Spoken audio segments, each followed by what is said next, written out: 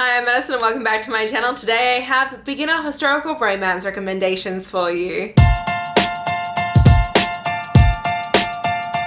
So I started reading historical romances back in 2019 and they're definitely like a comfort book for me. They are a romance genre that I pick up whenever I feel like I'm in a lull or I need something to just kind of give me like a palate cleanser almost is how I use them. And I do like I go through like periods of time where I like binge read also a bunch at once and then like we'll take breaks. I have like 2 vlogs out that were like binge reading the entire Bridgerton series and like binge reading the entire Wallflower series. So those are pretty hilarious and they're super fun to do. But today's video is going to be focusing on historical romances for people who haven't really tried historical romances before, because I feel like over the last 2 years I've kind of built up like not as amazing a repertoire as like some of the people who I love on here who are like historical romance like aficionados, but I feel like I have enough that I can like give you guys some beginner recommendations because yeah. So I'm gonna get started on those right away. I feel like it would be appropriate to start with my first historical romance to kind of recommend to you guys, because in all honesty it is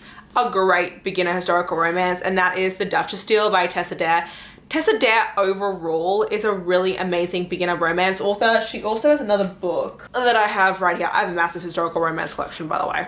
And that is Romance in the Duke, that a lot of people also start with. I didn't love this as much as this one, which is why I'm gonna stick with this as my recommendation as a beginner. Tessa Dare's writing style is very easy to understand. She's got kind of more of a modern feel than some of the other historical romance authors. This follows the Duke of Ashbury and Emma Gladstone.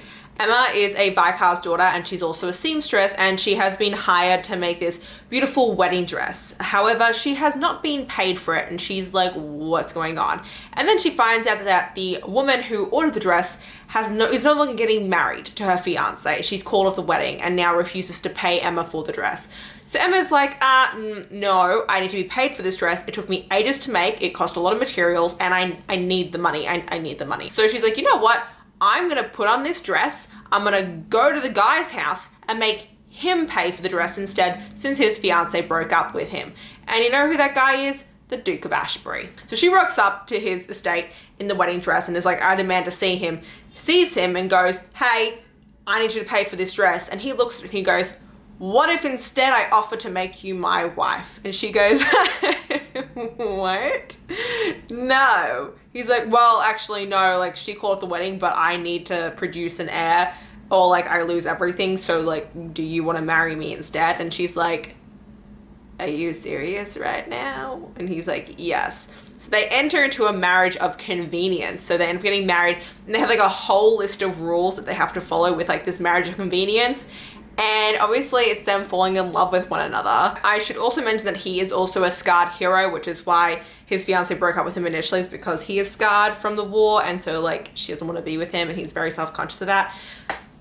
I feel like actually there are a couple of these that I'm recommending to you guys that are scarred heroes, but I love scarred heroes. They're just like, oh, my heart tugs in them and they feel like they're not worthy of love and like no one wants to marry them.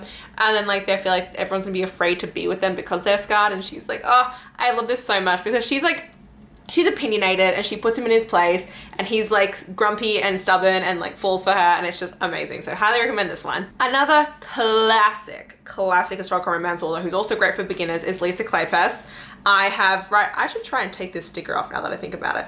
I have here Again the Magic. This is book 0.5 in her Wallflower series. It's the prequel novel of the Wallflowers, which I would recommend that you start with the prequel before going into the actual Wallflower series, because it gives you a little bit more backstory into everything. So I also recommend the Wallflower series overall, but this is actually my favorite in the series, so another great reason to recommend this one. Now, Kleypas is very well known. However, one thing is that I feel like a lot of people start with her Ravenel series.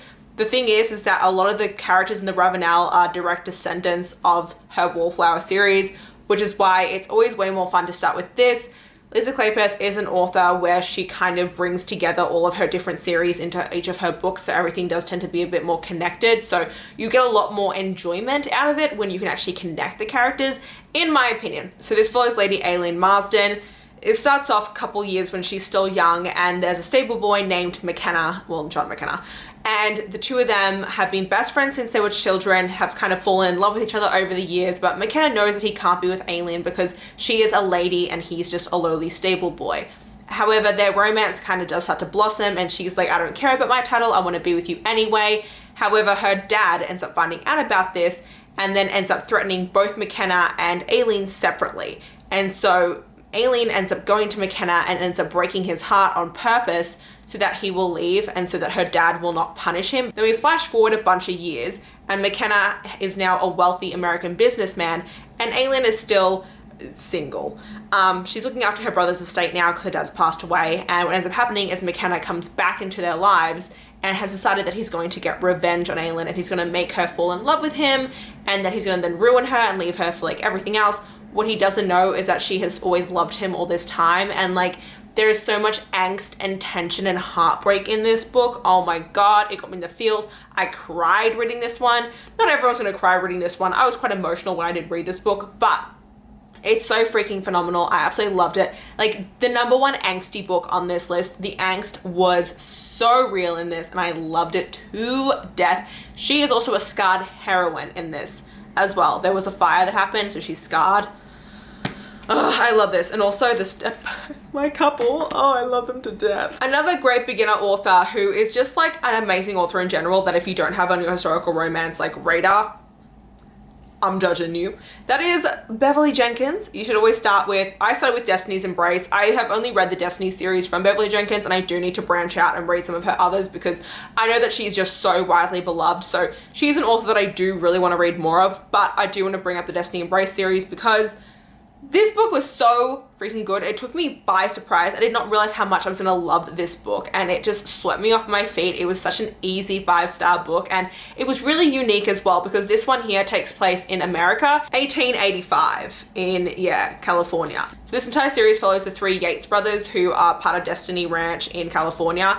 And in this one, you're following Logan Yates, who is the eldest Yates brother and the one who is like in charge of the farm now and in charge of their ranch and like in charge of all their wealth out in the West. And then you have Mariah Cooper, who is living in Philadelphia. She has been constantly abused by her mum her entire life and she's finally hit her breaking point. She's a seamstress for her mum and her mum takes all of her money. And so she ends up seeing an advert in the newspaper that there's a ranch in California looking for a housekeeper and they're offering like a solid amount of money. So she ends up answering the advert, gets hired by them, and then literally packs up her entire life in Philly and moves all the way to California. And it's her getting there to be his housekeeper because it's Logan's mum that hired her and Logan being like, I don't want a housekeeper. I don't want this woman here. Get rid of her. And her being like, well, I ain't got nowhere to go back to, so you better suck it up, dude.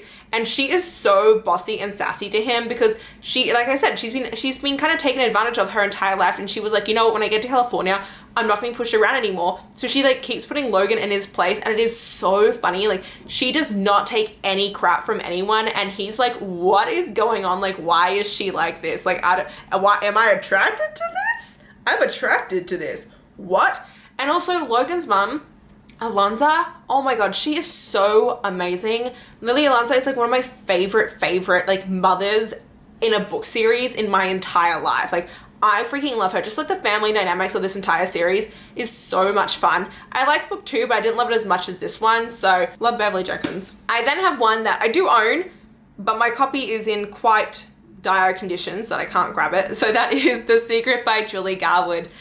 Oh my god, this was my first Highlander romance and I died. I read this book and then decided to start watching Outlander because of it, just saying. So in The Secret, we are following Judith and she is an English woman, but she's also half Scottish, but she's grown up mostly in England and she has a best friend from childhood named Frances Catherine. Now Frances Catherine is from the Scottish Highlands and this is during a time where the Scots and the English do not get along, just so you guys do know that. When this takes place, Frances Catherine is a couple of months pregnant and she goes to her husband and goes, hey, you need to bring Judith to me. Like, it's time for you to bring Judith. And her husband is like, okay, let me go ask my brother. And his brother is the head of their clan, and that is Ian.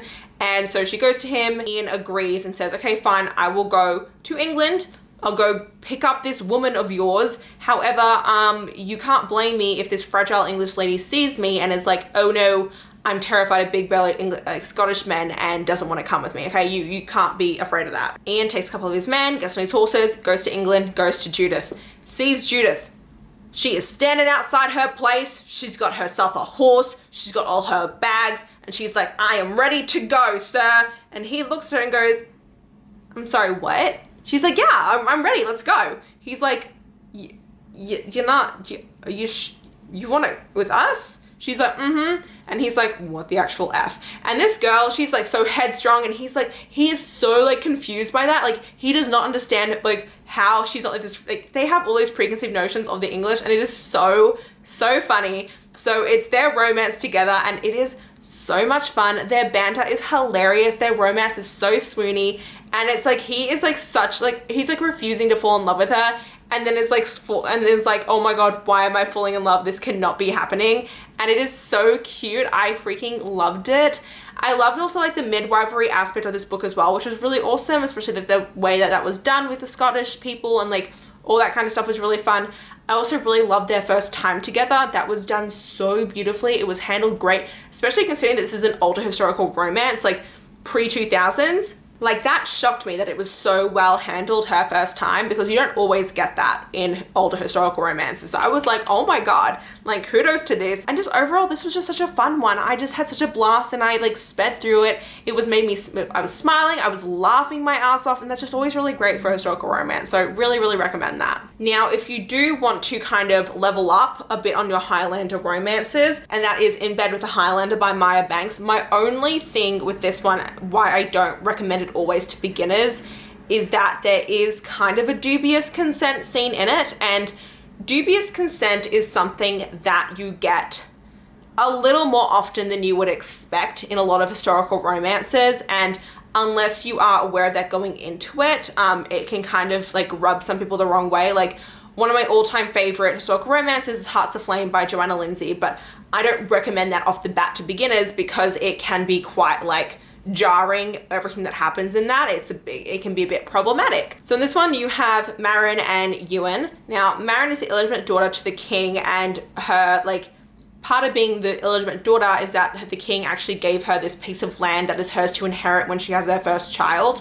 And because of that, all the different Scottish lairds across Scotland want to marry her so they can have her baby and take her land. So she's been in hiding for many years, until one day she gets captured, and when she gets captured, there's this little boy that's also captured alongside her, and she ends up saving the two of them and escaping with him, and the little boy ends up bringing her to his dad's clan, and that is Ewan McCabe's clan. And when she gets there, she doesn't really want anything to do with them. She just wants to escape and leave and go back into hiding, but she ends up finding herself having to have an arranged, like a marriage convenience with Ewan, so that she's able to kind of keep her independence, because now that she's like out and about and people know where she is, she's not going to be safe. And she's kind of comes to the decision that like marrying Ewan is like the least worst scenario she could have. And so she doesn't really want to marry him. He does and doesn't really want to marry her. And it's like so funny, because you have these two people who are like openly attracted to one another but don't want to be, and it is so funny. And like, she's just really cool, because like she's always had her independence and knows how she wants to run things, and she doesn't want Ewan stopping her from that, and she's just so badass. Like, I loved her so much, and like this was just a really fun one. It was also really hilarious too, and like I just fell in love with it. I just love the Scottish Highlands so much. So really enjoyed this one, but did want to mention the dubious consent, because that does happen at one point, but he does like, there are reasons behind it, and like he makes it up to her afterwards because of the reasons why it had to happen and all that kind of stuff.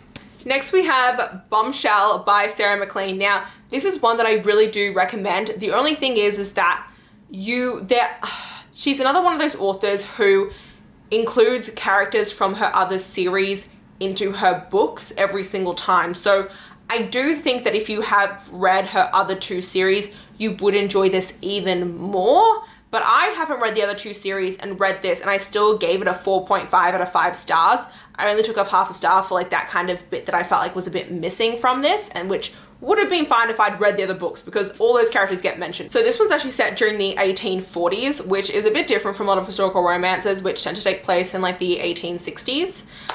So this is really fun because you're following Cecily, and she is well known throughout society as her nickname Sexily, because she's reached the age of a spinster. She kind of does whatever she wants. She's not like a rakeess per chance, but she's known for kind of just, you know, sleeping with men as she wants and doing whatever she feels like. She doesn't really want to get married and doesn't really care about like society's rules and does as she feels like. And so Lady Cecily is someone that people both revere and abhor at the same time, and she doesn't really care about that because, as it turns out, she's actually part of this like group of women called the Hell's Bells, and the four of them are actively trying to like help women who are in awful situations and like get rid of awful men. So say if a man is abusive to his wife or is like taking advantage of women, or if he's like, you know, stealing money, or is just like a genuine just awful man, like they will set out to like try and get rid of them and like bring them down, but like in very smart ways. And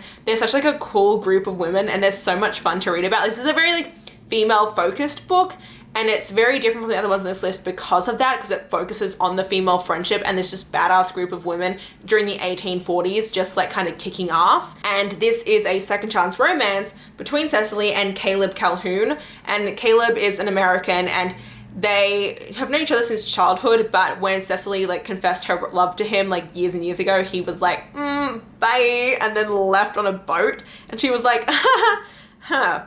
So this is him coming back and them kind of being thrown together because Cecily's almost killed, and at the same time Caleb is like kind of investigating what's going on with that, and so they end up having to work together to kind of solve what's going on because like there are these places getting raided. So there's definitely like a lot of action and plot in this one as well, which is super fun. So I really enjoyed this because it's very forward thinking, and the women in this are just much more independent than you've seen in some of the other historical romances. So highly recommend this one. Plus Sarah Maclean has just like a very hilarious writing style. Her banter is like A+.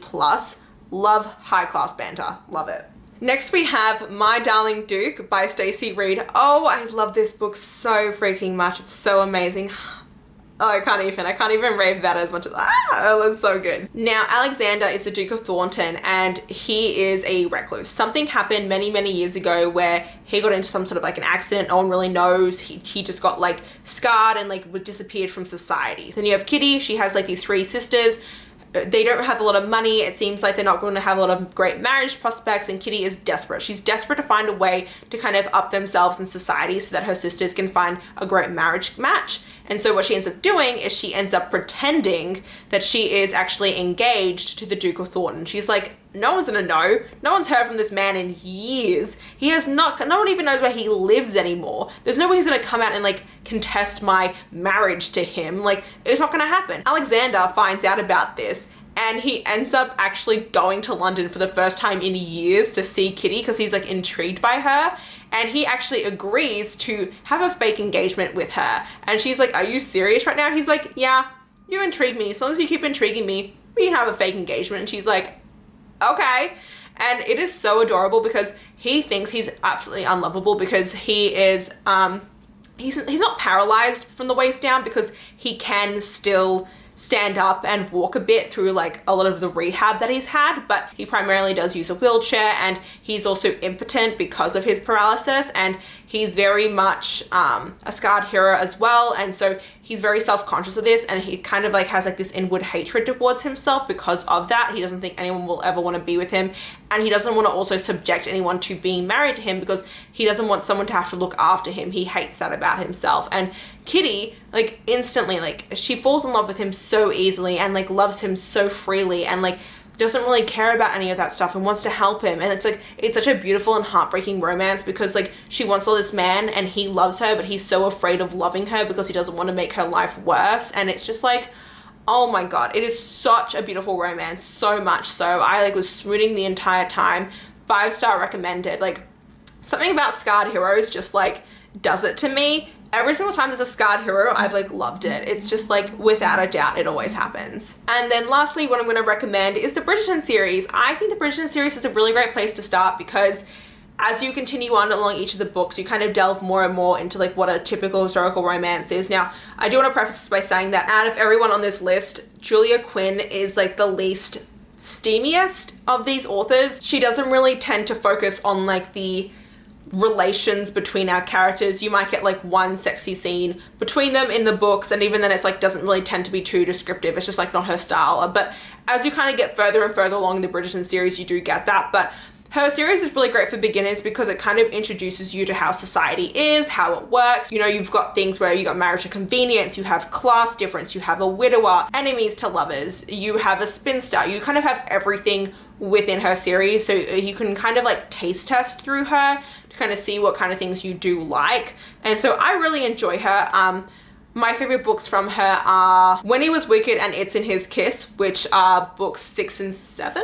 Yeah, books 6 and 7 in the Bridgerton series. So like you do have to make your way through the series to get to them, especially because with Julia Quinn's books, the first 3 in the Bridgerton series can be read as standalones, but after the first 3, everything kind of starts intertwining plot-wise and like timeline-wise. You can't really read them out of order, but it's up to you. And yeah, that's it for my beginner historical romance video. Please let me know down below what other beginner videos you want to be seeing, any other genres or tropes or something like that, because I'd love to make more for you guys. And that's it. If you did enjoy this video, please leave a button down below. If you want to see more of me, please go to my channel. And until next time, thanks a bunch everyone. Bye bye.